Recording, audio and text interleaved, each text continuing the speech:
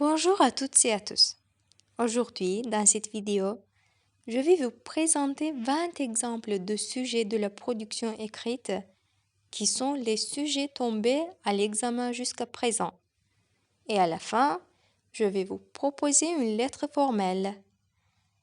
Oui, c'est vrai, la production écrite du DELF B2 est l'exercice qui fait le plus peur. L'évaluation et les attentes difficiles à anticiper. Doute sur quoi écrire et comment. Pas de panique. Nous sommes là et prêts à vous aider. Pour l'épreuve du DELF B2, il faut écrire 250 mots. Il est possible d'en rédiger davantage, mais on ne doit surtout pas en écrire moins. Cependant, n'écrivez pas trop, car cela augmente le risque de faire des fautes. Normalement, il y a une tolérance de 10%. Si vous écrivez par exemple 225 mots, cela ne sera pas sanctionné. Et pour compter le nombre des mots, j'ai une vidéo. Je vais ajouter son lien au commentaire. Avant de commencer notre vidéo, n'oubliez pas de vous abonner à ma chaîne YouTube. Alors, commençons. La première consigne. La mairie de votre ville a décidé d'abattre de nombreux arbres pour agrandir le marché du Nouvel An.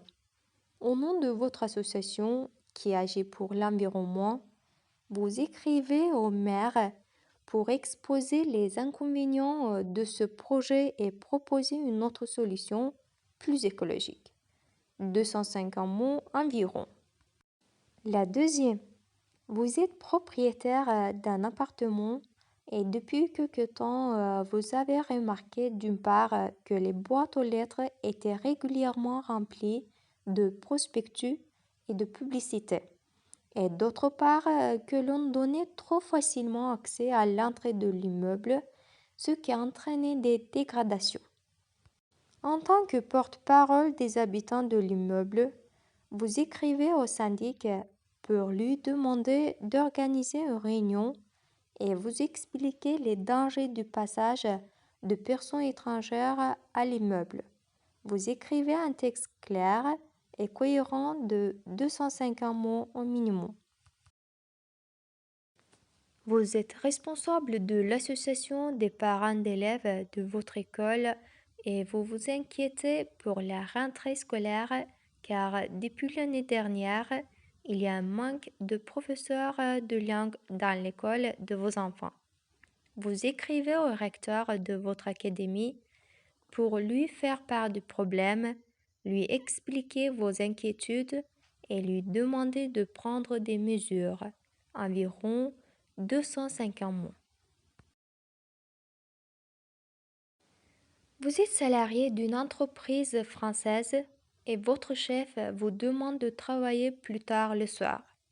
Or, vous avez 2 enfants et vos obligations familiales ne sont pas conciliables avec le fait de rentrer après 19 heures tous les soirs. Vous écrivez une lettre à votre supérieur pour protester contre cette demande d'heures supplémentaires qu'il vous fait en exposant vos raisons pour refuser un changement de vos horaires de travail, environ 250 mots. Vous vivez en France dans une zone piétonne du centre-ville. Le maire de votre ville a décidé d'ouvrir certaines rues de cette zone à la circulation des autobus pendant la journée. Comme représentant ou représentante de votre immeuble, vous écrivez une lettre au maire pour contester cette décision en justifiant votre point de vue. Vous êtes de plus en plus nombreux dans votre lycée à souhaiter créer un journal scolaire. En tant que délégué des élèves, vous écrivez au directeur de l'établissement pour demander l'autorisation de lancer ce journal. Vous lui indiquez les avantages d'un tel journal et les bénéfices que le lycée pourrait en tirer. 250 mots environ. Demande argumentée. Vous êtes de plus en plus nombreux dans votre entreprise à des enfants en bas âge. De plus, vous souffrez du manque d'espace dans vos bureaux. Au nom de vos collègues, vous écrivez au directeur pour demander à ce que chacun puisse travailler chez lui. Vous lui indiquez les avantages du travail à distance et le bénéfice que l'entreprise pourrait en tirer. 250 mots environ. Vous êtes membre et secrétaire d'une association qui vient de perdre des inscriptions. De plus, vous souffrez de l'absence de communication au sein de l'association. Au nom des autres membres, vous écrivez au directeur pour remédier à ce qu'il remédie au problème. Vous lui indiquez les bénéfices de la prise de décision en commun et les améliorations qu'il pourrait apporter pour dynamiser le groupe. 250 mots environ. Vous travaillez dans une entreprise dans laquelle les employés voudraient ouvrir une salle de sport. Vous écrivez au directeur de l'entreprise pour la mise en place d'un lieu de sport à l'aide d'arguments et vous donnez votre opinion sur les avantages de faire du sport sur le lieu de travail. Vous insistez également sur l'importance de pratiquer une activité physique pour la qualité de travail et proposer des solutions. Vous habitez dans une petite ville française dans laquelle le cinéma va fermer définitivement à cause d'un manque de la fréquentation et de moyens. Vous écrivez au maire de la ville pour éviter cette fermeture et le convaincre à l'aide d'arguments et d'exemples précis des avantages culturels, économiques, etc. que ce cinéma représente pour la ville. Vous insistez également sur l'importance de ce loisir pour toutes les générations et proposez des solutions pour développer la fréquentation du cinéma. Les inégalités entre les hommes et les femmes sont encore très présentes dans votre entreprise, notamment en matière de salaire. Au nom de vos collègues, vous écrivez au directeur pour l'alerter de la situation et lui suggérer des mesures, 250 mots environ. Vous avez constaté avec étonnement que votre enfant n'utilise jamais d'ordinateur avec ses professeurs.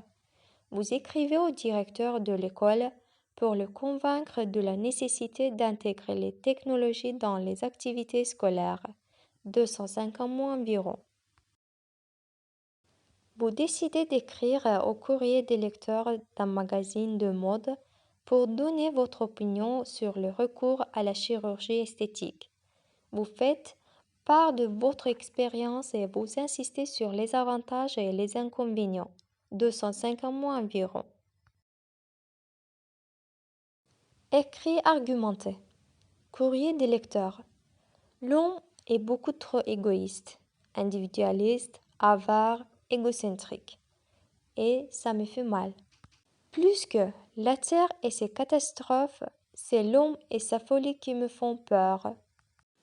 Réchauffement climatique, disparition d'espace, vache folle, Tchernobyl, des mots qui n'effaceront jamais le responsable, l'homme. Capable de tant de belles choses, plus l'homme grandit, plus la nature s'évanouit. Mais que puis-je faire? Que pouvons-nous faire? Nous, les minuscules et insignifiantes fourmis, gouvernées par un roi et une reine, le pouvoir et l'argent. Simon. Vous aussi écrivez. Vous souhaitez vous exprimer sur ce sujet? Réagissez. Alors, écrivez-nous. Rédaction de Phosphore, rubrique courrier. 3, 5 rue Bayard, 75 008 Paris. Vous écrivez au magazine pour réagir à ce courrier. Vous dénoncez vous aussi avec d'autres exemples. Les catastrophes naturelles causées par l'homme quand les intérêts économiques sont plus forts que tout. Vous êtes abonné à un magazine et vous constatez qu'un trop grand nombre d'articles hebdomadaires est consacré au régime. Cette incitation permanente à la maigreur est à votre sens dangereuse.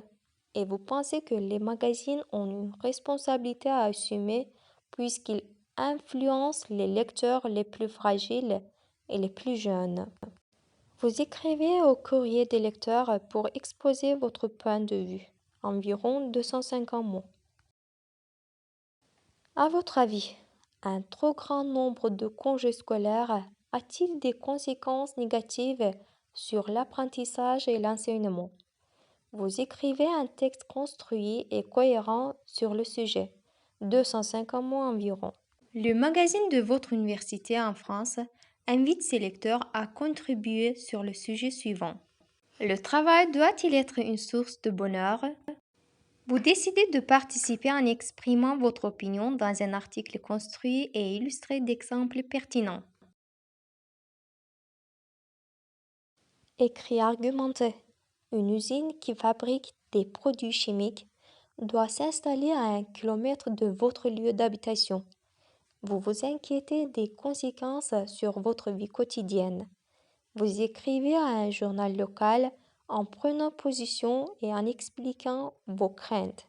250 mots environ. Votre lycée français organise chaque année une journée où les familles peuvent venir observer des cours.